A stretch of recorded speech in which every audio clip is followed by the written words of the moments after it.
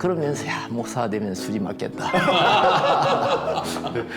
이게 신부를 하시면서 사실은 소명을 얻게 되셨네요. 아니 그래가지고 사실 목사가 되겠다고 하는데 우리 인생이 과연 어디를 향하는 인생이 될 수 있는데 어디를 향하는 인생이 과연 거기에 진짜 뭐가 있느냐 내 마음 속에서 그걸 향하는 것에 해당하는 내 마음의 지금 동기가 뭐냐에 대해서 좀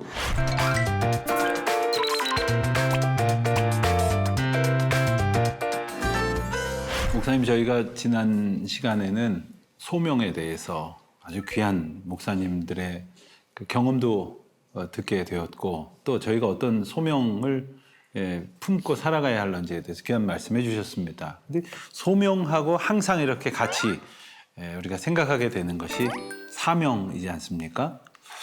근데 사명에 대해서 저희들이 사실 많은 이야기들을 했을 텐데 오늘 이런 생각부터 좀 나누어 봤으면 좋겠어요. 과연 사명이 뭘까? 어떻게 달라요? 소명하고 사명하고. 그래서 그걸 먼저 여쭤보고 우리가 보통 소명을 이제 콜링, 부르심이고 사명은 미션. 우리가 소명에 따라서 어떻게 펼쳐가는 것을 사명이라고 할 수 있을까요? 그럼 소명은 이제 예수 그리스도의 자녀로 부르심을 받는 거고 그다음에 그거를 구체적으로 각자가 삶 가운데서 이루어야 될 것이 사명이고 그런 뜻인가요? 우리가 사명 전문가들이 아니기 때문에 오늘 우리가 대략 정의를 그 정도 정의를 하죠. 우리가 뭐 정의하죠. 저는 그냥 얼핏 드는 생각이 네. 그 소명은 하나님께서 우리를 객관적으로 부르시는 것 아닌가 이런 느낌이 있고 사명은 하나님의 부르심에 대한 나의 주관적인 그렇죠. 그런 어떤 그렇게 이해가 결심과 되겠네요. 헌신 네. 이렇게 좀 생각해 볼 수 있지 않을까 싶은 생각이 드네요. 그리스도인의 사명은 뭘까요? 라고 여쭙는다면 어떤 말씀부터 주실 수 있을까요? 네, 거기에 대한 정확한 답이 될는지는 알 수가 없습니다만은 목사는 뭐 하는 사람입니까? 목회는 뭘까?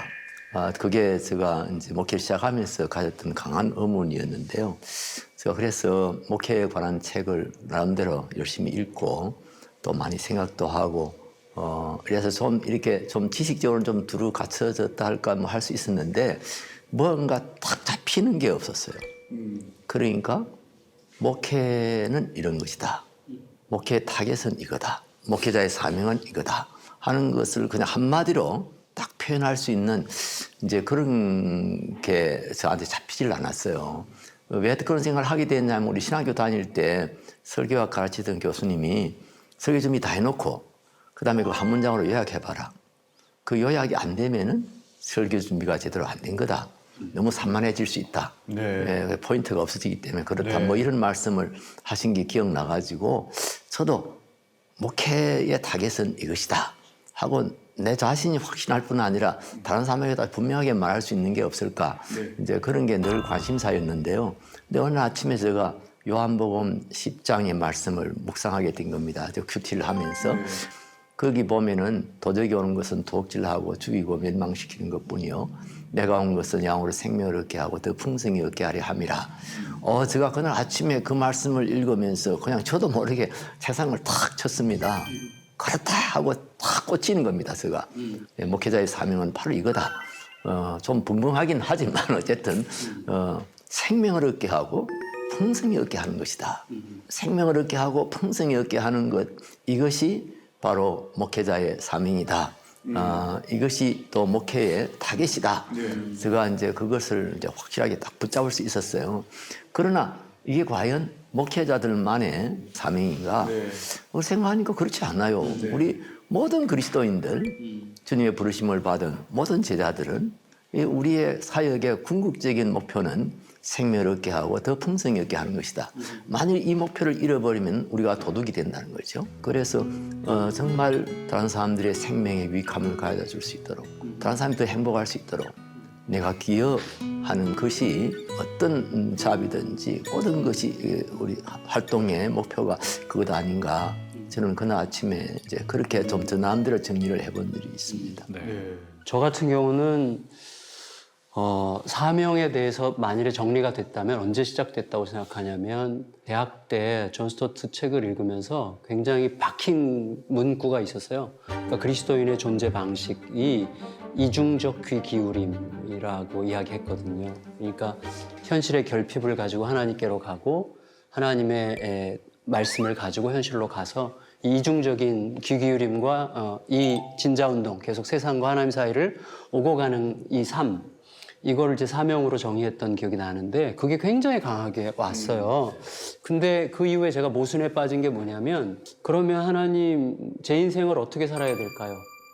이것이 너무 매력적으로 오는데 그러면 이것을 위한 저를 향한 하나님의 뜻은 무엇일까요? 이런 질문을 계속 했는데 이게 제 자신에게 속는 거라는 거를 이제 알게 됐어요. 그러니까 내 인생을 향한 주의 뜻을 묻는 것 자체가 굉장히 이기적인 질문이었더라고요. 항상 초점은 내 인생은 있더라고요. 내 인생을 향한 주의 뜻은 무엇입니까? 그래서 내 인생을 향한 주님의 뜻을 묻지 말아야 되는 게 아닌가라는 막 생각을 하고 있을 때 누구 도움을 받았냐면 헨리 블랙허비의 도움을 받았어요. 그분이 정확하게 그렇게 얘기하더라고요. 내 인생을 향한 주님의 뜻을 묻지 말아라. 그냥 주님의 뜻을 물어라. 그랬어요. 그러니까 주님은 어디서나 이 땅의 결핍을 채우고 계시는 생명의 일을 하고 계시는데 우리가 하나님께 귀를 기울이면 알게 될 거다. 그러면 그게 나와 관계가 어떻게 있느냐를 묻기 전에 주님의 선한 뜻에 뛰어들면 그때 그것이 나를 부르신 주님의 뜻인 줄 알게 될 거다. 그래서 하나님의 필요를 더 많이 생각하는 그런 쪽으로 가라고 하셨어요. 그래서 그게 이제 저에게 정돈된 방식이 하나님께 어떻게든 대답하는 삶으로 가는 거다. 그래서 사명은 뭐냐? 하나님께 대답하는 거다. 네. 이제 그런 식으로 좀 정돈이 멋진 되어갔죠. 정도. 그래요? 주셨습니다. 멋있죠? 네. 뭔가 있으면 안 되는데. 네. 근데 제가 이제 읽었던 이제 뭐 이름 될 만하면 잘 알는 목사님은 어떻게 하면 정말 그 하나님의 뜻을 분별할 수 있을까라고 했을 때 그 목사님 제시했던 건 세 가지 이 기준이 있었어요. 첫 번째는 보편적인 의미에서 우리가 이제 그게 하나님의 뜻이냐. 그러니까 우리가 일반적으로 생각하면 우리가 선교하는 거 이거 하나님의 뜻이잖아요. 네. 그것이 첫 번째, 그리고 두 번째 그게 내가 할 일이냐. 네. 내가 할 일이냐. 중국 선교가 하나님의 뜻이지만 내가 중국 선교를 해야 한다라고 반드시 그런 어떤 일반적인 룰은 없잖아요. 오케이. 네. 그다음 세 번째 기준을 제시했는데 그게 뭐냐면 그렇죠. 이게 하나님의 뜻이고 내가 할 일이고 그다음에 지금 할 일이냐. 이 세 가지 기준을 가지고 판단을 좀 내는데 얘기를 좀 하시더라고요. 그것도 그러니까 의미가 깊은. 네. 네.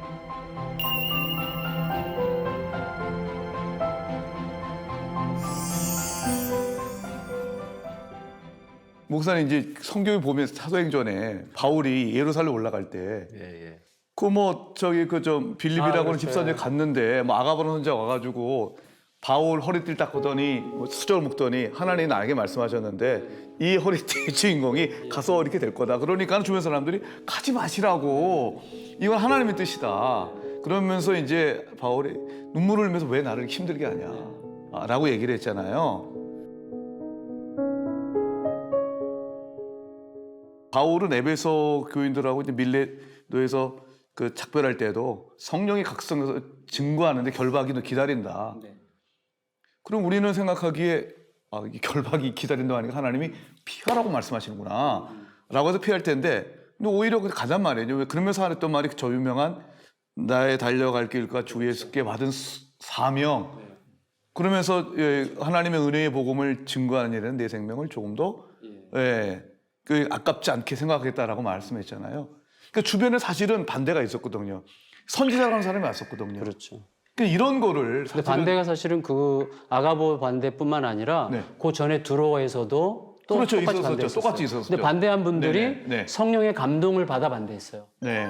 그러니까 거기 이런 보면 이런 거에 대해서 분명히 이게 말씀하신 그렇죠.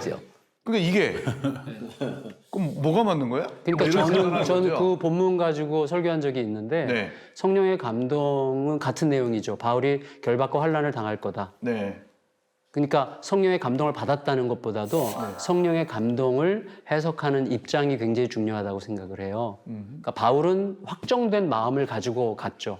그는 이미 오순절 전에 예루살렘에 가기로 작정했잖아요. 네. 작정했기 때문에 성령이 결박과 환난을 당할 거라고 얘기하실 때도 이미 작정할 때 성령의 감동으로 작정했기 때문에 결박과 환난이 온다는 이야기도 불구하고 가라는 음성으로 해석하고, 다른 제자들은 바울의 입장이었다면 제자들도 똑같았을 것 같아요. 예. 근데 그 제자들의 입장에서는 결박과 환란에 초점을 맞추다 보니까 가지 말라고 막으라는 사인으로 해석했다고 저는 생각을 했어요. 이제 이게 목사님 우리가 저기 선교하면 가장 잘 알려진 예화 가운데가 짐 엘리엇인가? 짐인가? 예, 엘리엇이라는 사람이 있잖아요. 예, 그렇죠. 예, 거기 친구들 몇 명 갔는데 아우카족에 갔는데 전도도 못 해보고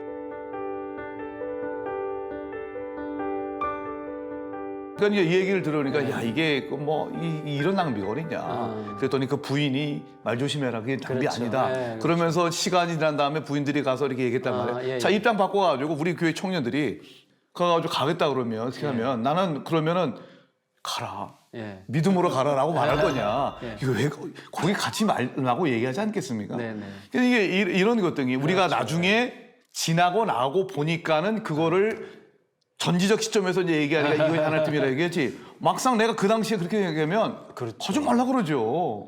아니 목사로서 이제 사실은 내보낼 때 성도의 안전 이 책임지는 당연한 거 아닙니까? 네. 네. 그러니까 이럴 때 어떻게 해야 되느냐. 그 목사님 말씀 들으면서 재미난 생각이 들었는데, 옛날에는 이거 이렇게 어떻게 해야지 정답일까? 옛날에는 답이 있었어요, 책에. 부교육자 시절에는. 담임 목사님한테 물어보면 돼요. 책임도 져주시고, 뭐 가이드도 해주시고. 담임 목사님께 여쭤봤더니 뭐.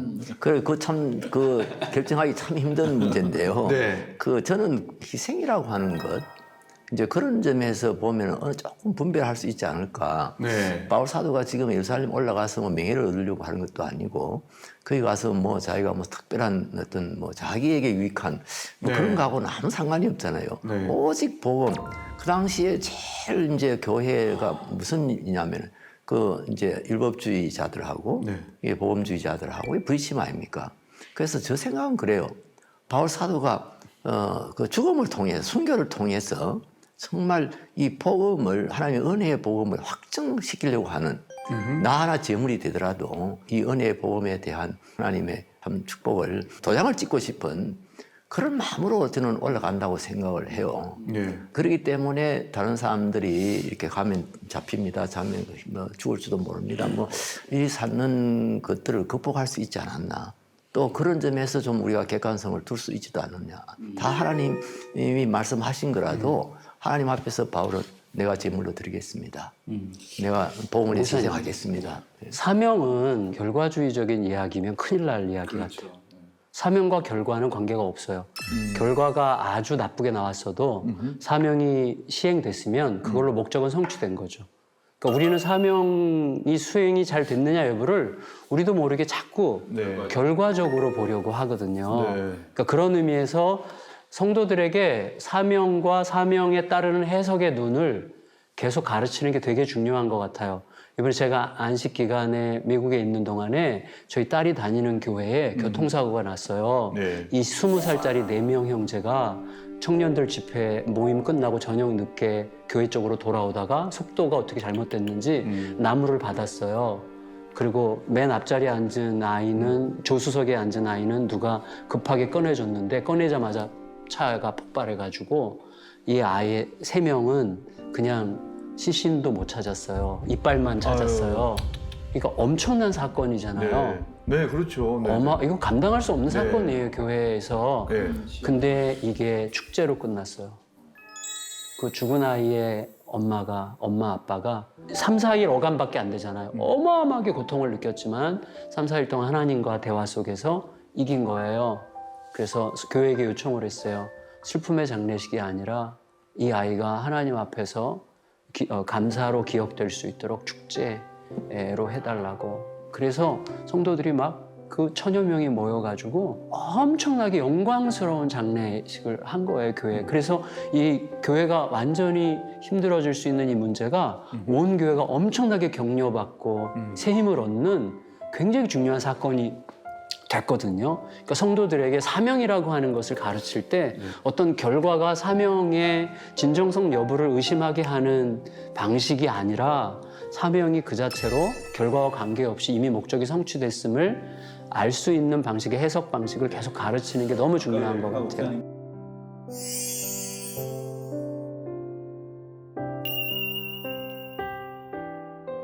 지금 많은 후백 사역자들이나 또 이 방송을 보시는 교회의 직분자들에게도 하나님께서 저마다 사명을 주셨다고 생각을 하는데 이렇게 달려갈 길을 힘있게 감당해 가는 중에 우리가 뭐 문제도 알고 답도 알죠. 힘들어도 잘 견뎌라. 뭐 그런 문제와 답은 알지만 특별히 그분들에게 구체적인 사정을 다 모르지만 목사님의 좀 권면의 말씀 또 격려의 말씀을 좀 청해 듣고 싶습니다. 저는 목사님들이나 장로님들이나 좀 교회 그 리더십에서 은퇴하신 분들에게 이제 그건 저 자신에게도 저 사실 좀 일부 발견하는 것이고요. 영적인 면에서 약해진다는 거예요. 그리고 자기는 이제 별 할 일이 없다는 거예요. 내가 먼저 교회 와서 당연한 것도 아니고, 아니면 목사는 이제 설교를 안 하게 되니까 뭐 할 일이 이제 확 줄어드는 거죠.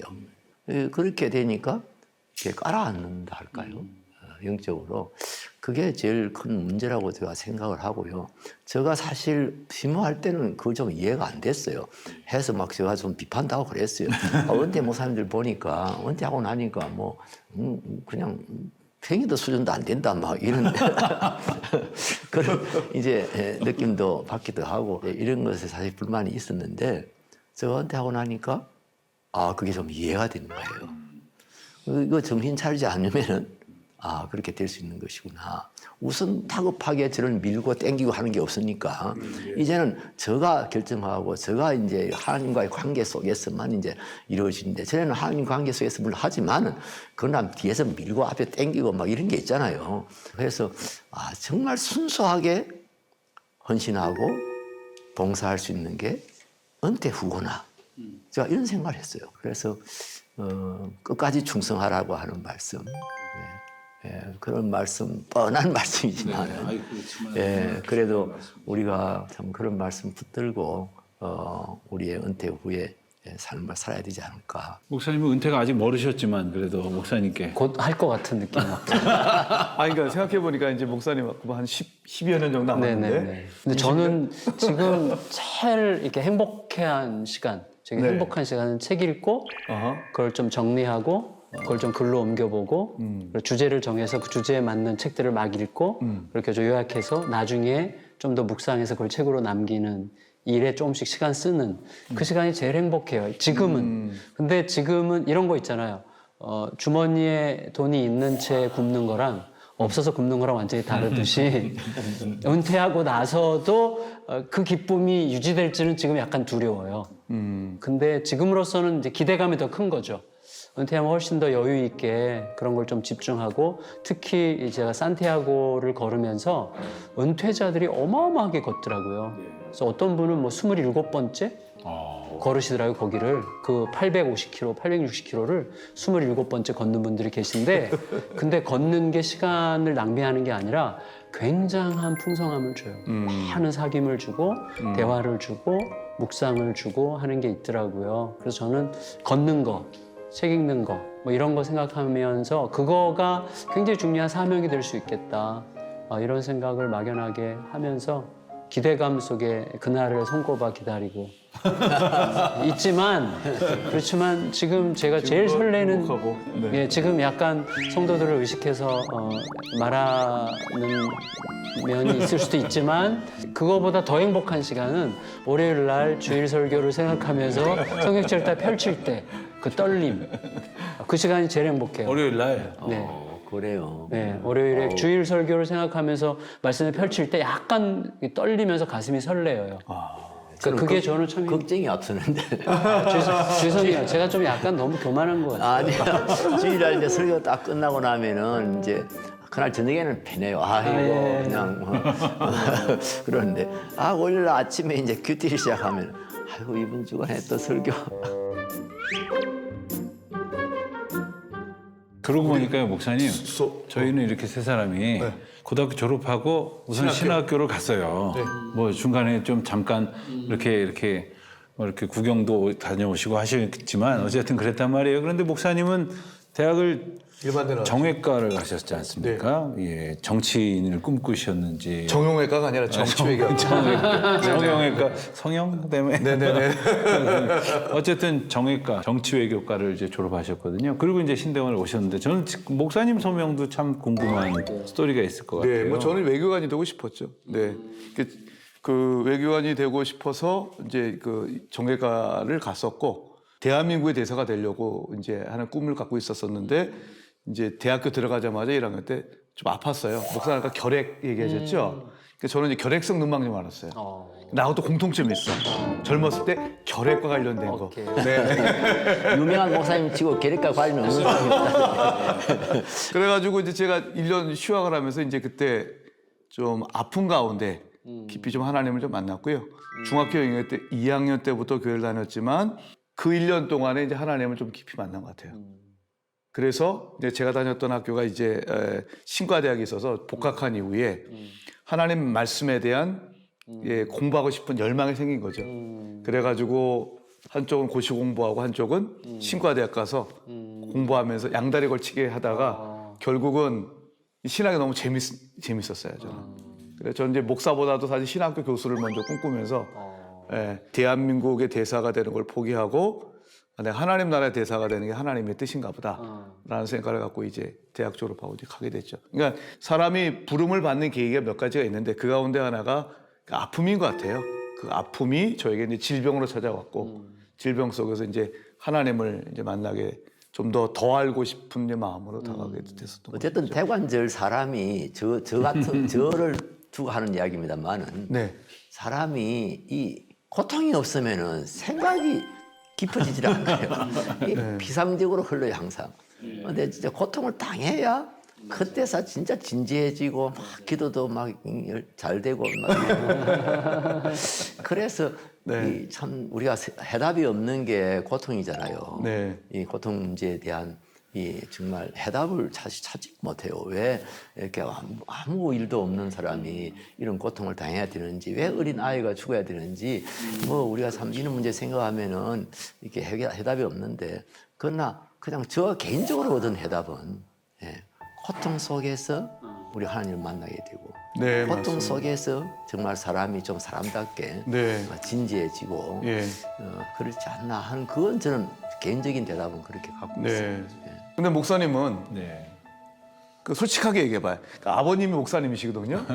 아버님이 목사님이셔서 혹시 뭐 서원기도 하고 어머님이 뭐 이래가지고 이제 형도 있었긴 했는데 난 가고 싶지 않은데 뭐 그런 건 아니었고요. 그런 건 아니었어요? 저희 아버님께 참 감사한 것은 지금껏 아직도 이제 건강하게 생존해 계신데 내년이면 이제 90이 되세요. 근데 제가 이제 그 넷 중에 막내였는데 하다 지치셨는지 저한테는 그 과히 그 안건을 안 하셨는데, 제가 어렸을 적에 농담 반 진담 반으로 하는 얘기 중에 저희 집이 그렇게 그 넉넉한 환경은 아니었다고 생각이 들어요. 그 시절 목사님들이 대체로 다 그랬듯이. 힘들었죠.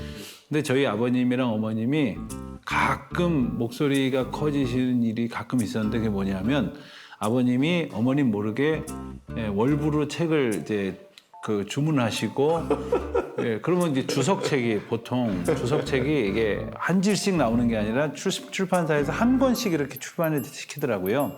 그럼 그 책이 한 권 나오면 월부 책장사가 그거를 뭐 저희 집으로 배달을 오면 어머님한테 이거 이제 얼마 달라고 그러면 책 한 권 갖다 주고 매달 얼마씩 받아가는 그런 일이 있었는데, 저는 어린 마음에 아니, 우리 아버지 왜 이렇게 책을 사들이시나. 그리고 서재에 쭉 꼽혀있는 그 신학 서적들과 목사님들이 보시는 책들을 보면서 저건 다 어떡하나. 근데 저 위로 있는 형님, 누님 셋이 아무도 이 신학의 길을 걸어가지 않길래 저걸 어떻게 계속 써야 될 텐데.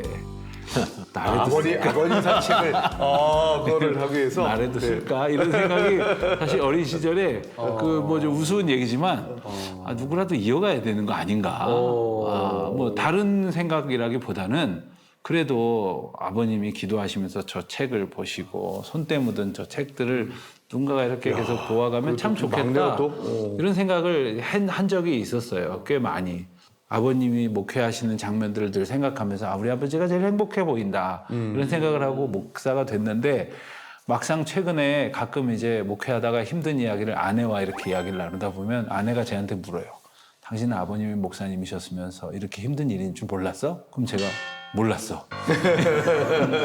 우리 아버님이 잘 안 보여주셨는지 내가 잘 못 봤는지 난 몰랐다고.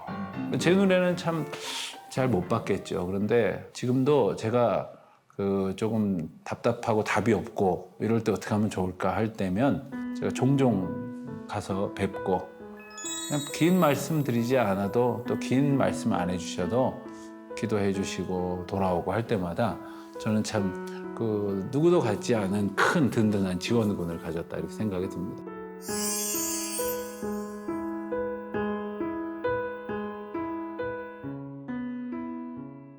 생각을 해보면 그 나의 사명은 무엇일까를 그 궁금해했을 때마다 오늘 우리 좋은 목사님들께로부터 통찰을 얻는 것처럼 하나님께서는 무수한 그 하나님의 백성들을 서로에게 보여주심으로써 그 통찰들을 회복시키시고 이어가시리라 생각이 들어요.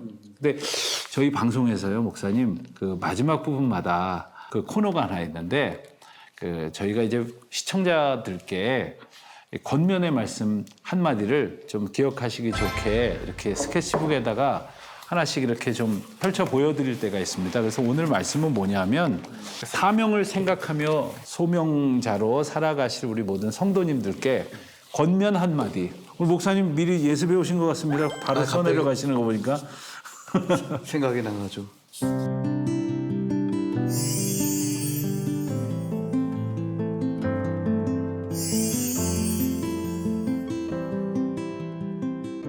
우리 목사님부터 한번 좀 들어 보여주시겠습니까? 네. 예. 생명, 더 풍성한 생명 이렇게 쓰셨습니다. 간단하게 좀 설명해 주신다면. 네, 우리가 뭐 목회자일 수도 있고 혹은 또 직장에 다니는 직장인일 수도 있고 또 어디에서 사업하는 사업자일 수도 있고 뭐 여러 가지 다양한 우리에게 직업도 있고 사명도 있는데 이 사명의 목표가 정말 사람들로 하여금 생명을 얻게 하고 더 풍성히 얻게 한다고 하는 우리 예수님의 사명, 예수님이 이 땅에 오신 사명, 그것을 우리의 것으로 삼았으면 참 좋겠다 싶습니다. 저는 혹시 사명 그 자체보다도 사명을 우리의 삶에서 살아내는 과정이랄까 방식을 쓴 것 같아요. 듣기, 답기. 아니요, 듣고 기다리고 대답하고 기다리고. 듣고 기다리고 대답하고 기다리고. 네, 듣기 답기. 이게 사명의 길을 가는 저로서는 가장 합당한 길이 아닌가 이렇게 생각이 됩니다. 듣기, 답기. 요거 듣고 기다리고 올라갈 것 대답하고 같은데요. 기다리고. 알겠습니다. 조금 발음상 문제가 있어서. 네. 고맙습니다. 우리 목사님. 네. 네.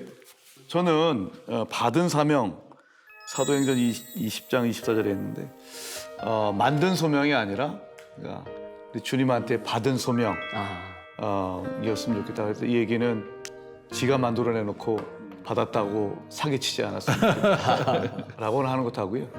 사명이란 말에 헬라 원어에 보면 디아코니아라고 돼 있는데 이 디아코니아가 그냥 아시겠지만 이 섬김이라는 뜻이잖아요. 그러니까 모든 사명은 사실은 결국 섬김이다라고 하는 것을 말해주지 않나. 그래서 이렇게 한번 받은 사명이라고 써봤습니다. 네. 저는 이렇게 썼습니다. 오늘 당신은 사명자. 오늘 은퇴하신 목사님 은퇴하시고 벌써 이제 20년 가까이 되어 가시는데요. 주변에 많은 은퇴하신 목사님들도 이렇게 뵀는데 이렇게 목사님처럼 사명에 관한 현역으로 이렇게 애쓰시는 분들 뵈면서 저도 사명자인 걸 다시 회복해 보게 되고요. 또한 저희의 대화를 통해서 모든 시청자들이 혹 은퇴하신 장로님, 권사님, 집사님 또 나는 우리 교회에서 그냥 별로 중요하지 않아 이런 생각하시는 모든 분들까지도 우리 모두가 사명자다 하는 말씀을 저도 좀 나눠보고 싶었습니다.